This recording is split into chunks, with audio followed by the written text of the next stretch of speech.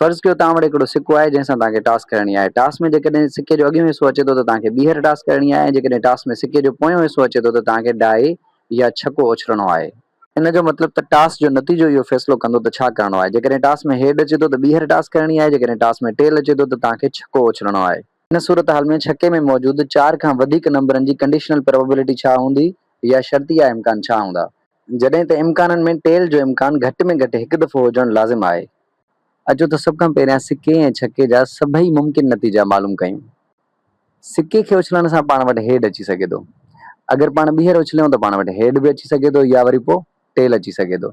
इन जो मतिलबु इहो थियो त पाण वटि हेड अची सघे थो या पोइ हेड टेल अची सघे थो। जीअं ई पाण वटि टेल ईंदो त पाण सिको न उछलींदासीं ॿीहर। पाण खे छा उछलणो आहे पोइ हाणे पाण खे छको उछलणो आहे। ऐं छके में छा छा अची सघे थो, 1 खां वठी 6 ताईं के बि नंबर अची सघनि था। सो पाण वटि head head head tail, tail 1, tail 2, tail 3, tail 4, tail 5 या टेल 6 अची सघे थो। सभिनी मुमकिन नतीजनि खे जेकॾहिं पाण ॻणियूं त उहे आहिनि 8। सवाल इहो आहे त छा हर हिकु वाक्य खे हिकु जेतिरा चांस या हिकु जेतिरा इम्कान आहिनि, यानी हेड हेड खे बि ओतिरा ई चांस या इम्कान आहिनि जेतिरा टेल 6 के चांस आहिनि, या इहे तब्दील थियनि था। अचो त इनखे सम्झूं था। पाण खे ख़बर आहे त सिके में 2 पासा हूंदा आहिनि। सो हेड खे 50% चांस आहे त हेड अची सघे थो या 50% टेल अची सघे थो।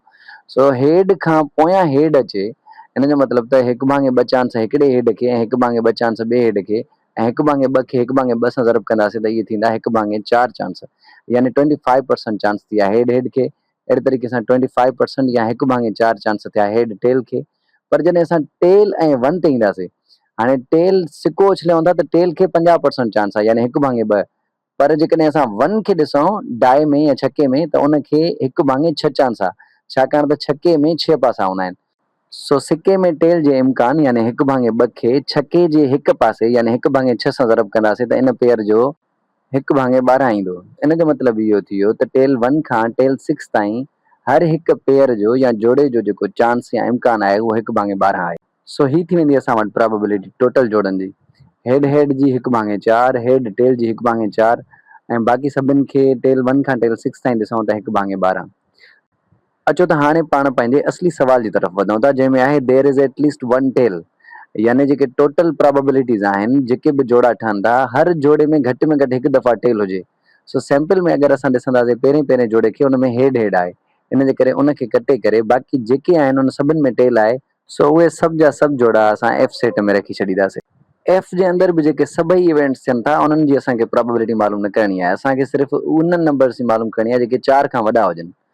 सो असांजे घुर्बल इवेंट आहिनि उहे आहिनि T5 ऐं T6, यानी टेल अचे ऐं पाण सिको उछलियूं त 5 अचे, ऐं वरी टेल अचे पाण सिको उछलियूं त पोइ 6 अचे।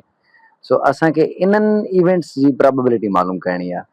इन जो सादो मतिलबु इहो थियो त ई जे अंदरि इवेंट्स जी प्रोबेबिलिटी मालूम करणी आहे, पर कंहिं मंझां टोटल सैंपल्स मंझां न, सिर्फ़ु एफ जे इवेंट्स मंझां, छाकाणि त पाण खे इहो मिलियल आहे त देयर इज़ एटलीस्ट 1 टेल। सो इन जे लाइ पाण हिननि जी इंटरसेक्शन मालूम कंदासीं। इंटरसेक्शन बराबरि थी वेंदी T5 ऐं T6 जे, छाकाणि त इहे 2 कॉमन इवेंट्स आहिनि जेके एफ में बि मौजूदु आहिनि ऐं ई में बि मौजूदु आहिनि। यादि रखी छॾियो, जॾहिं बि तव्हांखे कंडीशनल प्रोबेबिलिटी मिलियल हुजे त सभ खां पहिरियां तव्हां ॾिसंदा त कंडीशन कहिड़ी आहे। जीअं हिते हुई देयर इज़ एटलीस्ट 1 टेल, सो उन कंडीशन जा जेके जोड़ा आहिनि या इवेंट्स आहिनि उहे तव्हां ठाहींदा आहियो। जीअं पाण एफ जा ठाहियासीं, उन खां बाद में घुर्बल कहिड़ा आहिनि ई, उन जा बि जोड़ा ठाहियासीं। अचो त हींअर इन्हनि जी प्रोबेबिलिटीज़ मालूम कयूं। सो एफ जे अंदरि अगरि असां ॾिसूं त जेके बि इवेंट्स थिया उन्हनि सभिनि जी प्रोबेबिलिटीज़ खे असां छा कंदासीं, जोड़ कंदासीं।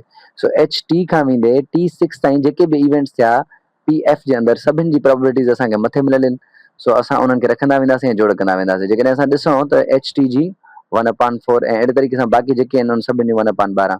इन्हनि सभिनि अणपुरनि खे जेकॾहिं पाण जोड़ कयूं त इहो बराबरि छाजे थींदो, इहो बराबरि थींदो 3/4 या 3/4 जे। जेकॾहिं एफ जी प्रोबेबिलिटी 3/4 आहे त 1/4 काॾे वई, त 1/4 हेड हेड वारो जेको पेयर हुयो उन में हली वई।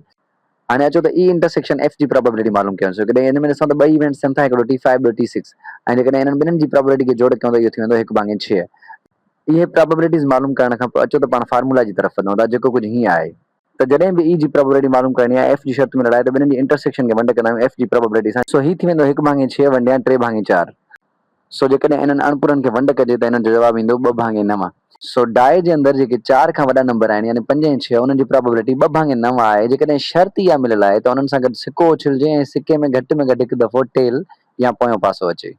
अहिड़े ई हिकिड़े ॿिए सवाल जी तरफ़ वधूं था जंहिंमें डाए या छके खे उछलणो आहे। जेकॾहिं मज़रब या मल्टीपल अचे थो टिनि जो त ॿीहर छके खे उछलणो आहे ऐं जेकॾहिं ॿियो को नंबर अचे थो डाए में त पोइ असांखे सिको उछलणो आहे।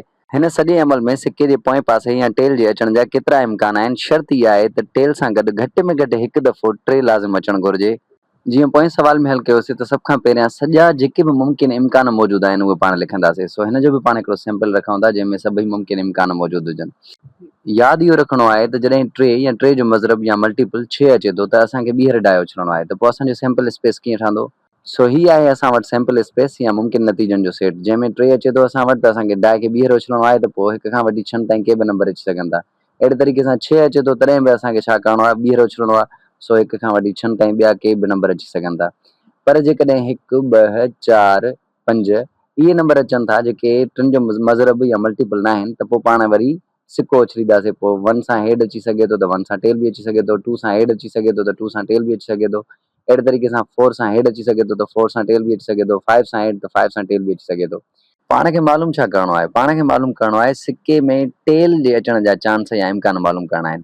शर्त छा आहे त उन्हनि सां गॾु टे पेयर में अचे। सो पाण एफ वठूं था हर उन पेयर जे लाइ जंहिंमें टे ईंदो ऐं ई वठूं था उन पेयर जे लाइ जंहिंमें कॉइन जो टेल ईंदो। छो त हाणे उहे सभई इवेंट ॻोल्हियूं जंहिंमें टेल आहे। टेल कॾहिं ईंदो? जॾहिं असां वटि 1 हुजे या 2 हुजे डाए में। 3 या 6 हूंदो त ईंदो ई कोन। छाकाणि त उहो असांखे वरी डाए उछलणो आहे। शर्त इहा हुई।